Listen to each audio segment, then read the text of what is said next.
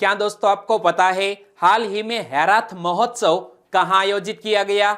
हाल ही में अंतरिक्ष सैन्य अभ्यास किस देश ने आयोजित किया है?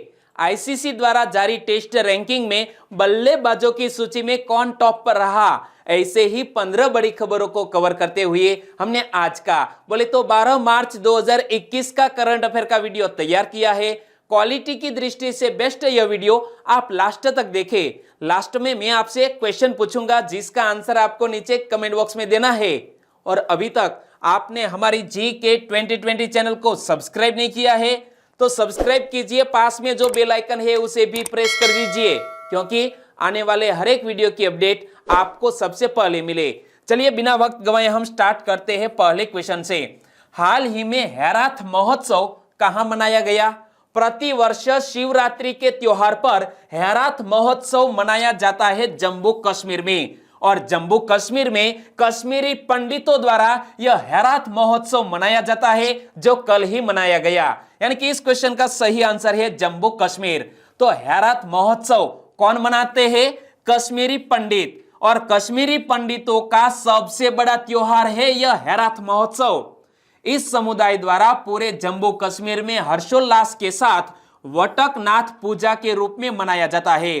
और कब मनाते हैं? शिवरात्रि के अवसर पर, और कल ही शिवरात्रि का त्योहार हमने पूरे भारतवर्ष में मनाया। जम्मू और कश्मीर के उपराज्यपाल मनोज सिन्हा ने अंतरराष्ट्रीय महिला दिवस 2021 के अवसर पर यानी कि 8 मार्च पर मेधावी लड़कियों के लिए सुपर 75 छात्रवृत्ति योजना शुरू की थी। तो यह सुपर 75 छात्रवृत्ति योजना को लेकर भी जम्मू कश्मीर सुर्खियों में रहा।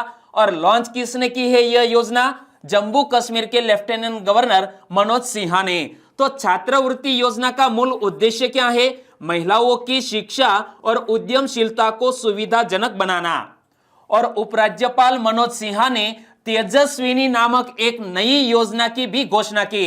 तो तेजस्विनी योजना का भी संबंध है जम्मू कश्मीर से, और यह योजना mission youth Jammu and Kashmir के तहत शुरू की गई थी। इमेज में आप पढ़ सकते हैं mission youth Jammu and Kashmir. तो यह योजना भी संलग्न है जम्मू कश्मीर से। तेजस्विनी के तहत 18 से 35 वर्ष की आयु के बीच की लड़कियों को अपना व्यवसाय शुरू करने के लिए 5 लाख रुपए की वित्तीय सहायता प्रदान की जाती है। तो यह तेजस्विनी योजना का भी आपको मालूम होना चाहिए कहां से संबंधित है? हमारे नए केंद्र शासित प्रदेश जम्मू कश्मीर से। और जम्मू कश्मीर में प्रधानमंत्री सेहत योजना की दोस्तों पिछले साल दिसंबर में ही घोषणा की थी हमारे देश के प्रधानमंत्री ने। तो यह जम्मू कश्मीर प्रधानमंत्री सेहत योजना क्या है? देखो, यह योजना के तहत पात्र लाभार्थियों को गोल्डन कार्ड जारी किए गए हैं। और यह योजना का उद्देश्य क्या है? केंद्र सरकार की आयुष्मान भारत, जिसे हम प्रधानमंत्री जन आरोग्य योजना भी कहते हैं, तो आयुष्मान भारत योजना के अंतर्गत जम्मू कश्मीर के सभी निवासियों को फ्लोटिंग आधार पर प्रति परिवार 5 लाख रुपए का यूनिवर्सल स्वास्थ्य बीमा कवर देना है। भांड पाथेर, इमेज में आप देख सकते हैं, भांड पाथेर कश्मीर का एक प्रमुख लोक नृत्य है जो कृषक समुदाय से गहराई से जुड़ा है। और आज हम जम्मू कश्मीर के राजकीय प्रतीक की भी बात कर ले तो जम्मू कश्मीर का राजकीय पशु का नाम है हांगुल। इमेज में देख सकते हैं जम्मू कश्मीर का राजकीय पक्षी का नाम है ब्लैक नेक्ड क्रेन। इमेज में देख सकते हैं ब्लैक नेक्ड क्रेन जो जम्मू कश्मीर का राजकीय पक्षी है। और जम्मू कश्मीर का राजकीय फूल क्या है? कश्मीरी कमल। जम्मू कश्मीर का राजकीय वृक्ष है चिनार। और श्रीनगर का मतलब क्या होता है? लक्ष्मी का शहर। और जम्मू को आज से 3000 साल पहले खोजा गया था जिसे सम्राट अशोक ने खोजा था। तो यह श्रीनगर और जम्मू जो दोनों समर और शीतकालीन कैपिटल है, तो यह बात भी याद रख लीजिए। और इसी तरह हर क्वेश्चन से जुड़े इंपॉर्टेंट फैक्ट मैं आपके सामने रखता हूं। हमारा यह तरीका आपको अच्छा लगता है लाइक करना मत भूलिएगा। दूसरा क्वेश्चन है आपकी स्क्रीन पर, हाल ही में अपना पहला अंतरिक्ष सैन्य अभ्यास किसने शुरू किया है? हमने थल सेना अभ्यास या तो नौसेना अभ्यास या तो वायुसेना अभ्यास के बारे में तो पढ़ा है, लेकिन हाल ही में पहला अंतरिक्ष सैन्य अभ्यास आयोजित करने जा रहा है फ्रांस देश। यानी कि इस क्वेश्चन का सही आंसर है फ्रांस देश हाल ही में पहला अंतरिक्ष सैन्य अभ्यास शुरू करने जा रहा है। दुनिया में तीसरी अंतरिक्ष महाशक्ति बनने की राह पर बढ़ रहे फ्रांस ने अपना पहला अंतरिक्ष सैन्य अभ्यास शुरू किया है।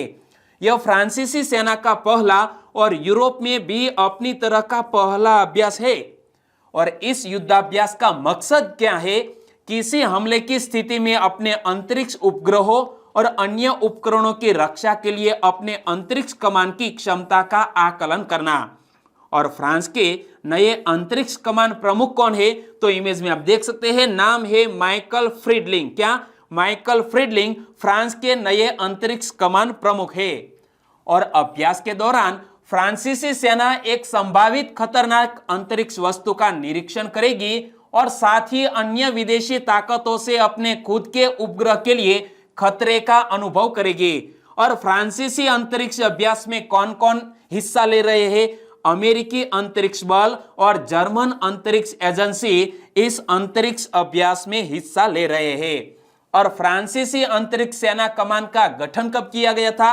वर्ष 2019 में। फ्रांसीसी अंतरिक्ष सेना कमान में 2025 तक 500 सैन्य कर्मी होंगे और यह बात कही है फ्रांस की रक्षा मंत्री ने। तो फ्रांस की रक्षा मंत्री कौन है? नाम है फ्लोरेंस पार्ली, जो इमेज में आप देख सकते हैं। और यहां जब जिक्र किया गया है फ्रांस देश का, तो आप मैप में देखिए, यह है फ्रांस देश। फ्रांस देश के अगल बगल में कौन कौन से देश स्थित है? तो यहां पर है बेल्जियम, यहां पर है जर्मनी, यहां पर है इटली, यहां पर स्विट्जरलैंड भी है और यहां पर है स्पेन। इतने देशों से सटा हुआ है यह फ्रांस। और यूरोप में तीसरा सबसे अधिक आबादी वाला देश है फ्रांस, जिसके वर्तमान राष्ट्रपति है इमैनुअल मैक्रोन। और फ्रांस देश की कैपिटल का नाम है पेरिस और फ्रांस देश की करेंसी है यूरो CFP फ्रांस। दोस्तों, कैसा महसूस कर रहे हैं? अच्छा लगता है? लाइक करना मत भूलिएगा। तीसरा क्वेश्चन आपकी स्क्रीन पर, हाल ही में उत्तराखंड के नए मुख्यमंत्री कौन बने? पहले तो मैप में देखिए, उत्तराखंड कहां पर है? दोस्तों, उत्तर प्रदेश से विभाजित होकर यह उत्तराखंड नया राज्य बना और हमारे भारत देश का 27वां राज्य बना उत्तराखंड। और उत्तराखंड के नए चीफ मिनिस्टर बन गए हैं तीरथ सिंह रावत, यानी कि त्रिवेंद्र सिंह रावत का स्थान लिया है तीरथ सिंह रावत ने। यानी कि इस क्वेश्चन का सही आंसर है तीरथ सिंह रावत। इमेज में आप देख सकते हैं, पढ़िए, तीरथ सिंह रावत होंगे उत्तराखंड के नए CM, नहीं बन गए हैं। और तीरथ सिंह रावत को मुख्यमंत्री पद की शपथ किसने दिलाई? राज्यपाल बेबी रानी मौर्य ने। और शपथ समारोह कहां आयोजित हुआ? देहरादून स्थित राजभवन में यह शपथ समारोह आयोजित हुआ। और इस अवसर पर भारतीय जनता पार्टी के वरिष्ठ नेता, केंद्रीय पर्यवेक्षक और छत्तीसगढ़ के पूर्व मुख्यमंत्री डॉक्टर रमन सिंह, इमेज में आप देख सकते हैं, और उनके साथ पार्टी के प्रदेश प्रभारी दुष्यंत कुमार भी उपस्थित थे। और यहां हम बात करते हैं दोस्तों उत्तराखंड की, तो उत्तराखंड से जुड़े कुछ जीके फैक्ट की भी आज हम साथ साथ चर्चा कर ले। तो भारत का सबसे बड़ा बांध टिहरी डैम उत्तराखंड के टिहरी जिले में स्थित है। इमेज में आप देख सकते हैं। और माउंट एवरेस्ट की चोटी पर पहुंचने वाली पहली महिला बचेंद्री पाल, वो भी उत्तराखंड से बिलोंग करती है। और दुनिया का सबसे ऊंचा शिव मंदिर, जी हां, शिवरात्रि का त्योहार मनाया गया तो दुनिया का सबसे ऊंचा शिव मंदिर जिसका नाम है तुंगनाथ, वो उत्तराखंड के रुद्रप्रयाग जिले में स्थित है। और यह उत्तराखंड हमारे भारत देश का 27वां राज्य था और देहरादून उनकी राजधानी है और ग्रीष्मकालीन राजधानी है गैरसैंण। जबकि हाईकोर्ट कहां पर स्थित है? नैनीताल में स्थित है। इमेज में आप देख सकते हैं, यह है उत्तराखंड हाईकोर्ट की बिल्डिंग। कहां पर स्थित है? नैनीताल में। और नैनीताल जिले का Jim Corbett national park Bharat का सबसे पुराना राष्ट्रीय उद्यान है, जिसे 1936 में रॉयल बंगाल टाइगर के संरक्षण के लिए स्थापित किया गया था। और दोस्तों, कल ही मैंने आपको उत्तराखंड के बारे में कुछ नए फैक्ट बताए थे, आपको याद है तो मेरे साथ साथ बोलिए। नैनीताल बोले तो भारत का लेक डिस्ट्रिक्ट, ऋषिकेश बोले तो दुनिया की योग राजधानी, हरिद्वार बोले तो गेटवे टू द लॉर्ड, और मसूरी हिल्स की रानी, क्या मसूरी क्वीन ऑफ हिल्स कहा जाता है। ओके, चौथा क्वेश्चन, हाल ही में भारतीय नौसेना को मिली तीसरी स्कॉर्पियन पनडुब्बी का नाम क्या है? भारतीय नौसेना में तीसरी स्कॉर्पियन पनडुब्बी हाल ही में शामिल कर दी गई है और इस स्कॉर्पियन पनडुब्बी का नाम है INS करंज। और इनसे पहले दोस्तों 2017 में आईएनएस कलवरी को शामिल किया गया, 2019 में आईएनएस खंडेरी को शामिल किया गया, अब 2021 में आईएनएस करंज हमारे नौसेना में शामिल हो गई है। इमेज में आप देख सकते हैं क्या नाम लिखा है, करंज। भारतीय नौसेना को अपनी तीसरी स्कॉर्पियन पनडुब्बी मिली, जिसे मुंबई में प्रोजेक्ट यानी कि P-75 के आईएनएस करंज के रूप में कमीशन किया गया। इमेज में आप पढ़ सकते हैं करंज, और हमारा एक है प्रोजेक्ट 75, और इसके तहत हमारे भारत देश में 6 स्कॉर्पियन पनडुब्बी तैयार की जाने वाली है। और हाल ही में यह आईएनएस करंज यह प्रोजेक्ट के तहत ही तैयार की गई है, और मझगांव डॉक लिमिटेड ने इसे तैयार किया है। मझगांव डॉक लिमिटेड भारतीय नौसेना की आवश्यकताओं और आकांक्षाओं को पूरा करने की योग्यता और क्षमता वाले भारत के अग्रणी शिपयार्ड में से एक है। और आईएनएस करंज की प्रमुख विशेषताओं की बात करें तो करंज को 60 मीटर की लंबाई वाली छोटी पनडुब्बी के रूप में देखा जा सकता है। यह दुनिया के सर्वश्रेष्ठ सेंसर से लैस है, और आत्मरक्षा के लिए इसमें अत्याधुनिक टॉर्पीडो डिकोय सिस्टम भी शामिल किया गया है। और आईएनएस करंज से पहले आईएनएस कलवरी और आईएनएस खंडेरी को क्रमशः 2017 और 2019 में भारतीय नौसेना में कमीशन किया गया था।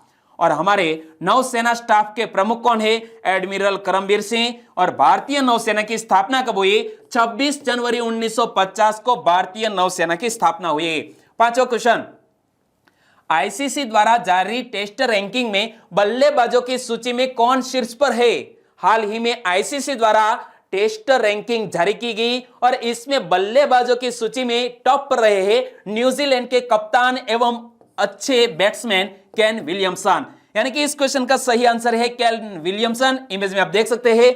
हमने भी दोस्तों आईसीसी की ऑफिशियल साइट पर जाकर देखा तो हमें यह बोर्ड दिखा, क्या लिखा है, टेस्ट बैटिंग रैंकिंग टॉप पर है केन विलियमसन, न्यूजीलैंड के है, और स्कोर है 919। दूसरे स्थान पर है स्टीव स्मिथ, तीसरे स्थान पर है एम लिब्यूशाने, और चौथे स्थान पर जो रूट, पांचवें स्थान पर है हमारे कप्तान विराट कोहली। तो यहां क्या लिखा है, टेस्ट बॉलिंग रैंकिंग, और इसमें पहले स्थान पर है पैट कमिंस, और हमारे रविचंद्रन अश्विन इस मामले में दूसरे स्थान पर है। तो यहां लिखा है टेस्ट ऑलराउंडर रैंकिंग, और ऑलराउंडर रैंकिंग में जॉसन होल्डर पहले स्थान पर है, और हमारे रविंद्र जडेजा और रविचंद्रन अश्विन तीसरे और चौथे स्थान पर है। तो हाल ही में यह रैंकिंग जारी की गई है। आईसीसी ने 10 मार्च को ताजा टेस्ट रैंकिंग जारी की, और टॉप पर रहे बल्लेबाजों की सूची में केन विलियमसन। बल्लेबाजी रैंकिंग में न्यूजीलैंड के कप्तान केन विलियमसन 919 अंकों के साथ पहले स्थान पर काबिज है, और हमारे भारतीय कप्तान विराट कोहली 5वें स्थान पर बरकरार है, और रोहित शर्मा और ऋषभ पंत दोनों 7वें स्थान पर है। छठा क्वेश्चन, आयुष्मान भारत योजना के अंतर्गत गोल्डन कार्ड बनाने का अभियान कहां शुरू हुआ है। आयुष्मान भारत, जिसे हम प्रधानमंत्री जन आरोग्य योजना यानी कि पीएमजे योजना के नाम से भी जानते हैं, तो इस योजना के अंतर्गत गोल्डन कार्ड बनाने का अभियान शुरू हुआ है उत्तर प्रदेश में। यानी कि इस क्वेश्चन का सही आंसर है उत्तर प्रदेश। उत्तर प्रदेश सरकार ने आयुष्मान भारत योजना के अंतर्गत गोल्डन कार्ड बनाने का अभियान शुरू किया है, और इस अभियान का मकसद गोल्डन कार्ड बनाने की रफ्तार को तेज करना और इसके फायदों को ज्यादा से ज्यादा लोगों तक पहुंचाना है। और यह अभियान कब तक चलेगा, 24 मार्च तक चलेगा। और आयुष्मान गोल्डन कार्ड प्राथमिक स्वास्थ्य केंद्रों, सामुदायिक स्वास्थ्य केंद्रों, पंचायत भवनों, आंगनवाड़ी केंद्रों और यहां तक कि सरकारी राशन की दुकानों पर भी बनाए जाएंगे। और निम्न में से किस राज्य में पंजीकृत लेकिन गैर मान्यता प्राप्त राजनीतिक दलों की संख्या सबसे ज्यादा बढ़ी है, तो उत्तर प्रदेश में। पिछले मंथ में यह क्वेश्चन को लेकर भी उत्तर प्रदेश सुर्खियों में रहा था। हाल ही में सैल्यूट की मुद्रा में वंदे मातरम गायन का विश्व कीर्तिमान किसने बनाया, उत्तर प्रदेश ने। लॉकडाउन में दर्ज केस वापस लेने वाला भारत देश का पहला राज्य कौन बना, उत्तर प्रदेश। और दोस्तों उत्तर प्रदेश के बारे में आपको बेसिक इंफॉर्मेशन तो याद भी होगी, जैसा कि उत्तर प्रदेश की कैपिटल, उत्तर प्रदेश के चीफ मिनिस्टर, उत्तर प्रदेश की वर्तमान राज्यपाल आपको याद है, बहुत ही अच्छी बात है। 7वां क्वेश्चन, हाल ही में स्वामी चिदभवानंद जी की ई भगवत गीता का शुभारंभ किसने किया। स्वामी चिदभवानंद जी की ई भगवत गीता का शुभारंभ हमारे देश के प्रधानमंत्री श्री नरेंद्र भाई मोदी जी ने किया। यानी कि इस क्वेश्चन का सही आंसर है prime minister Narendra Modi. Image में आप देख सकते हैं हमारे प्रधानमंत्री श्री नरेंद्र मोदी जी ने वर्चुअल माध्यम से स्वामी चिदभवानंद जी की ई भगवत गीता का शुभारंभ किया और इसकी 5 लाख से अधिक प्रतियां बिक चुकी है। और स्वामी जी तमिलनाडु में तिरुचिरापल्ली में श्री रामकृष्ण तपोवन आश्रम के संस्थापक है। तो हमें यह तो याद है कि श्री रामकृष्ण मिशन की स्थापना किसने की थी, लेकिन यदि एग्जामिनेशन में पूछ लिया जाए श्री रामकृष्ण तपोवन आश्रम के संस्थापक कौन है, तो हमारा आंसर होना चाहिए स्वामी चिदभवानंद जी। और श्रीमद् भगवद गीता पर मीमांसा उनकी प्रमुख पुस्तकों में शामिल है। इमेज में आप देख सकते हैं इस बुक की फ्रंट पेज। और तमिल भाषा में गीता पर उनकी टीका 1951 में और अंग्रेजी में 1965 में प्रकाशित हुई थी। और इस पुस्तक का तेलुगु, उड़िया और जर्मन तथा जापानी भाषा में भी अनुवाद किया जा चुका है। 8वां क्वेश्चन, हाल ही में सुर्खियों में रहे शब्द क्वासर, क्या क्वासर के संदर्भ में कौन सा विकल्प सही है? हाल ही में सुर्खियों में रहे यह क्वासर शब्द जिसका मीनिंग है आकाश गंगा का सबसे बड़ा चमकदार पिंड। यानी कि इस क्वेश्चन का सही आंसर है ऑप्शन सी, क्वासर बोले तो आकाश गंगा का सबसे चमकदार पिंड। और हाल ही में यह क्वासर सुर्खियों में क्यों आया, तो देखो हाल ही में खगोलविदों की एक अंतरराष्ट्रीय टीम ने यूरोपियन सदर्न ऑब्जर्वेटरी की सबसे बड़ी टेलीस्कोप की मदद से रेडियो उत्सर्जन के सबसे दूर स्थित स्रोत रेडियो क्लाउड क्वासर की खोज की है। और यहाँ ESOVLT का फुल फॉर्म क्या होता है? European southern observatories very large telescope, इसका फुल फॉर्म होता है। और क्वासर आकाश गंगा का सबसे चमकदार पिंड होता है। इमेज में आप देख सकते हैं जिससे रेडियो आवृत्ति पर धारा का उत्सर्जन होता है। और क्वासर शब्द क्वासी स्टेलर रेडियो सोर्स, क्या क्वासी स्टेलर रेडियो सोर्स का संक्षिप्त रूप है क्वासर। और क्वासर को पहली बार 1960 के दशक में खोजा गया था, जिसका अर्थ है तारों की तरह रेडियो तरंगों का उत्सर्जक। अधिकांश क्वासर हमारे सौर मंडल से भी बड़े हैं और एक क्वासर की चौड़ाई लगभग 1 किलो पारसेकर, क्या 1 किलो पारसेकर तक होती है। ESOVLT के विषय में मैं आपको बताऊं तो क्वासर P172+18 का निरीक्षण करने के लिए उपयोग किए जाने वाले वेरी लार्ज टेलीस्कोप अटाकामा रेगिस्तान में स्थित परानल वेधशाला में स्थापित है। और 4 यूनिट वाले इस टेलीस्कोप में 8.2 मीटर तकरीबन 27 फीट के दर्पण लगे हुए हैं। 9वां क्वेश्चन, अंतरराष्ट्रीय ओलंपिक समिति के अध्यक्ष कौन चुने गए? इंटरनेशनल ओलंपिक कमेटी के हाल ही में अध्यक्ष चुने गए हैं थॉमस बाक। जी हाँ, अब फिर से एक बार अध्यक्ष बन गए हैं थॉमस बाक। इमेज में आप देख सकते हैं यह है थॉमस बाक। दोस्तों, अंतरराष्ट्रीय ओलंपिक कमेटी के फिर से अध्यक्ष चुने गए। थॉमस बाक 2025 तक अंतरराष्ट्रीय ओलंपिक समिति के फिर से अध्यक्ष चुने गए हैं और उनका ध्यान इस साल होने वाले टोक्यो खेलों पर होगा। बाक को निर्विरोध चुना गया है और उन्होंने 93 के मामले 1 से जीत हासिल की है। और अंतरराष्ट्रीय ओलंपिक समिति की बात करें तो नए अध्यक्ष तो नहीं कह सकते, लेकिन फिर से अध्यक्ष बन गए हैं थॉमस बाक।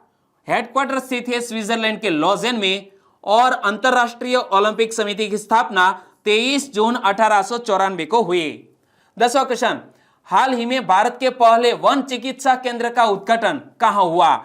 भारत देश के पहले वन चिकित्सा केंद्र का उद्घाटन हुआ है रानीखेत में। यानी कि इस क्वेश्चन का सही आंसर है उत्तराखंड के रानीखेत में हमारे भारत देश के पहले वन चिकित्सा केंद्र का उद्घाटन हुआ। देश के पहले वन चिकित्सा केंद्र का उद्घाटन कालिका उत्तराखंड के रानीखेत में किया गया। उत्तराखंड वन विभाग के रिसर्च विंग द्वारा वनों के उपचारों, गुणों और समग्र स्वास्थ्य और कल्याण पर इसके रिवाइटलाइज प्रभाव पर शोध के बाद वन चिकित्सा केंद्र विकसित किया गया है और यह लगभग 13 एकड़ के क्षेत्र में फैला हुआ है। इमेज में आप देख सकते हैं। 11वां question, BBC Indian sports woman of the year award 2020 का विजेता किसको चुना गया? इमेज में आप देख सकते हैं यह BBC Indian sports woman of the year 2020 के अवार्ड में यह 5 महिला रेस में शामिल थी, लेकिन यह अवार्ड जीत लिया है कोनेरू हम्पी ने। किसने? कोनेरू हम्पी, जो एक जानी मानी शतरंज की खिलाड़ी है। इमेज में आप देख सकते हैं पहले स्थान पर वो BBC Indian sports woman of the year award 2020 जीत चुकी है।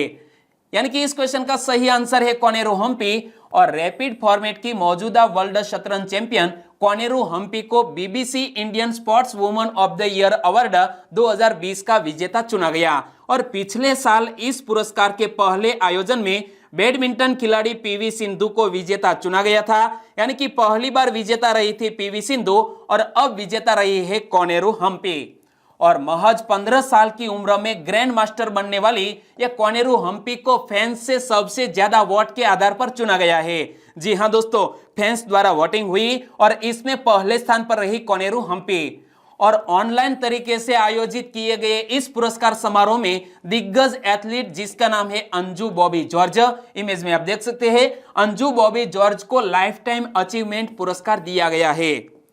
और अंजू बॉबी जॉर्ज की बात करें तो अंजू बॉबी जॉर्ज ने 2003 में विश्व चैंपियनशिप में लंबी कूद में कांस्य पदक जीतकर इतिहास रच दिया था और वह इस उपलब्धि को हासिल करने वाली पहली भारतीय एथलीट बनी थी।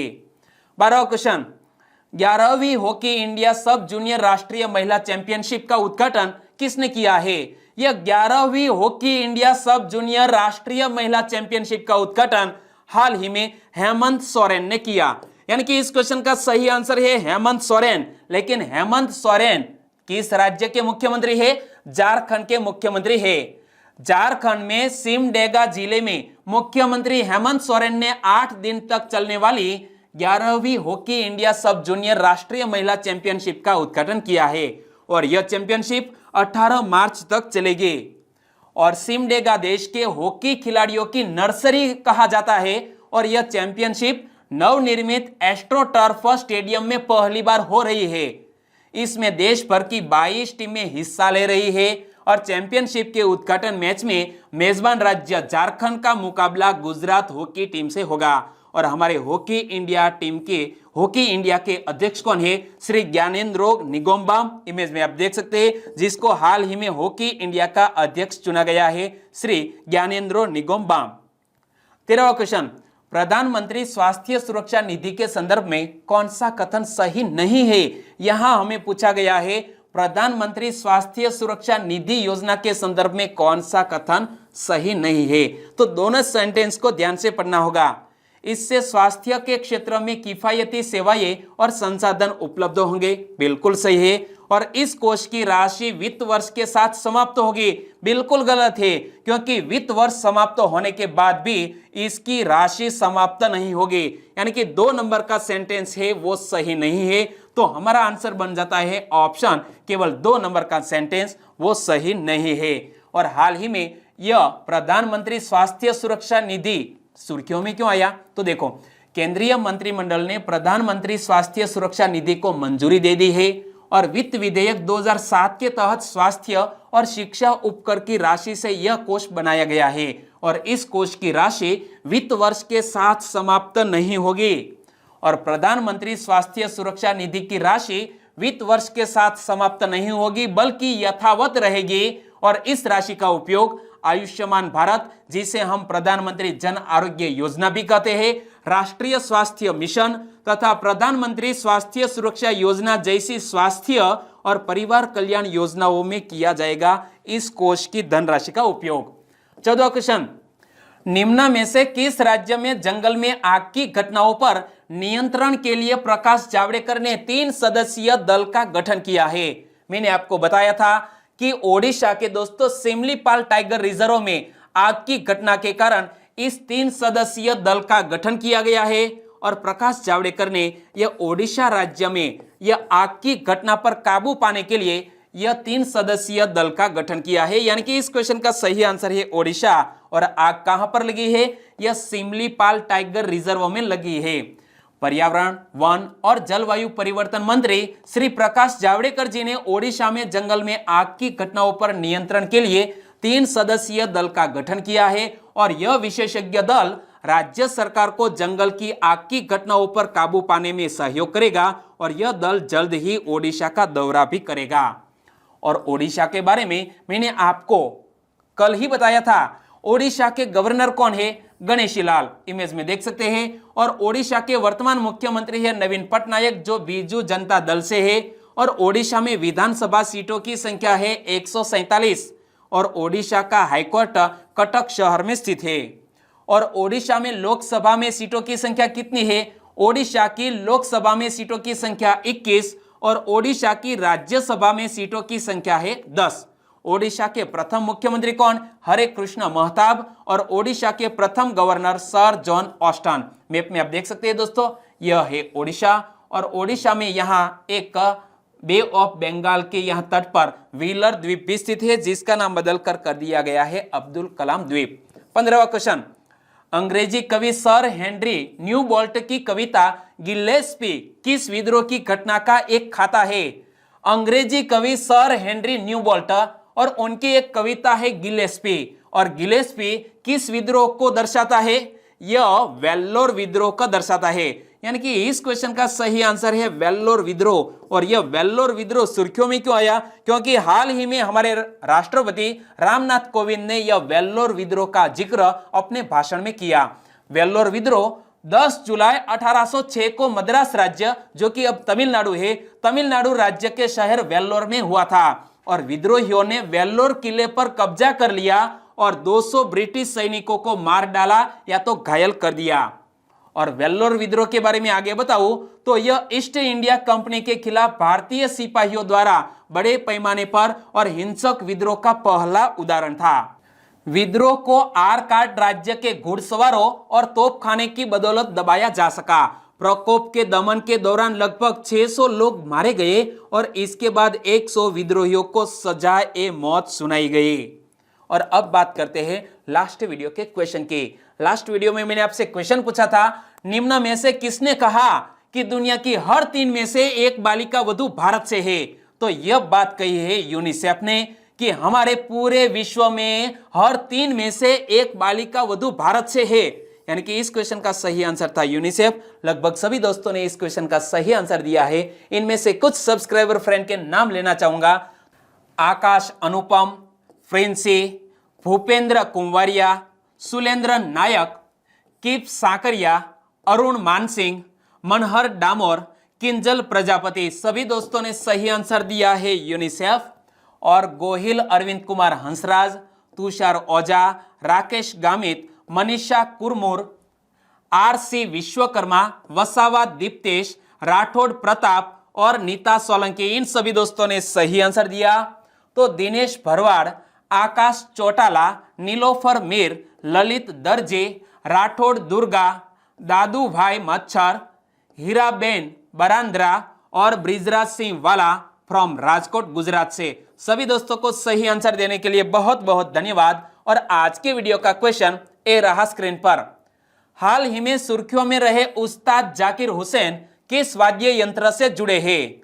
हाल ही में सुर्खियों में रहे उस्ताद जाकिर हुसैन किस वाद्य यंत्र से जुड़े हैं?